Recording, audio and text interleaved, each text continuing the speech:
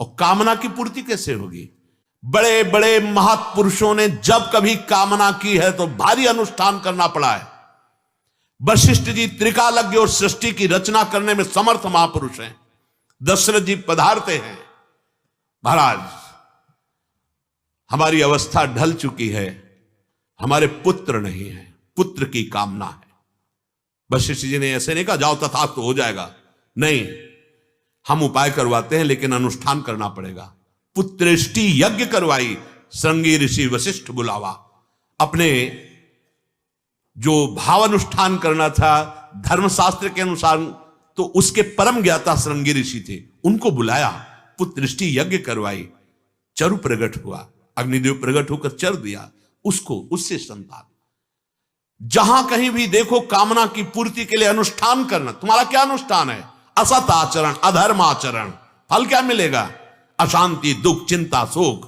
कह रहे भगवान हमारी कामना नहीं पूर्ण की, मंदिर में चले गए और बस ना वहां हम प्रभु के भाव से गए हैं कि मेरे प्रीतम, मेरे सर्वलोक महेश्वर।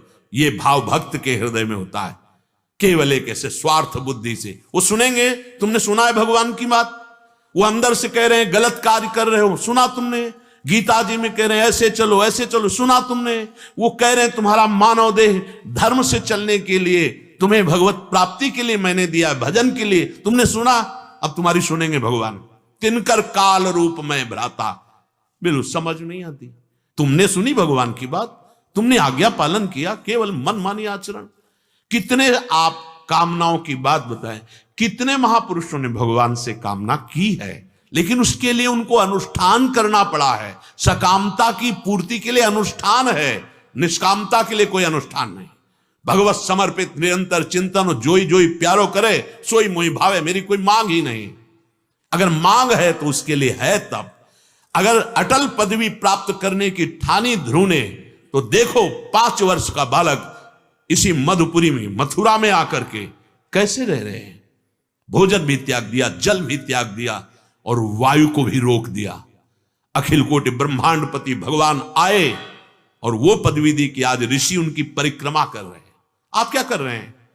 कौन सा व्रत कर रहे हैं? कौन सा आप नियम ले रहे हैं? कौन सा आप तीर्थयाटन कर रहे हैं? कौन सी तपस्या करें? बस मनमानी आचरण भगवान से। तुमने भगवान की मानी, इस बात को समझिए आप। हम आपके मित्र हैं, हम कोई शत्रु नहीं हैं कि हम आपको डांटे।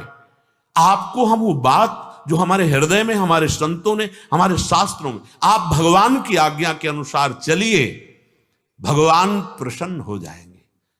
वही मेरा सेवक है, श्री भगवान कह रहे हैं, जो मेरा अनुशासन माने शास्त्र के अनुसार। तस्मात् शास्त्रम प्रमाणम थे। आपके आचरण कितना भारी अपराध हो रहा है।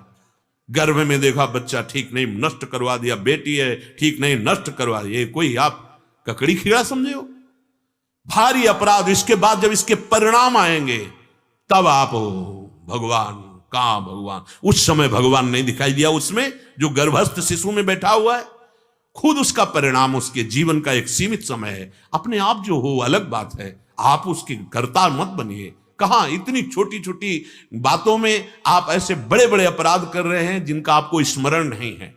उनका जब परिणाम आएगा तो आपको कोई नहीं रोक सकेगा। कर्म नष्ट कर देता है। अवश्य में भोक्तव्यम कृतम कर्म शुभाशुभम, ये भगवान के वचन हैं। कोई भी अगर अनुष्ठान आपको सकामता पूर्ण करें, उसका अनुष्ठान शास्त्रों में लिखा है, उसके अनुसार कीजिए और परिणाम देखिए आता है कि नहीं आता। शास्त्र प्रमाणित अनुष्ठान कीजिए, आपकी कामना की पूर्ति होगी। अनुष्ठान से तो मतलब नहीं है। जो मनाया वो खा लिया, जो मनाया पी लिया, जो मनाया वो कर लिया, भगवान हमारे कर दे, तो कर्म कौन भोगेगा? तुम सिद्धांत है, कानून है शास्त्री, उसके अनुसार चलो। ये मनमानी आचरण करने से अगर तुम्हारी आस्तिकता नष्ट हो गई, श्रद्धा नष्ट हो गई, तो मानव जीवन जो आपको परम कल्याण के लिए मिला था नष्ट हो गया।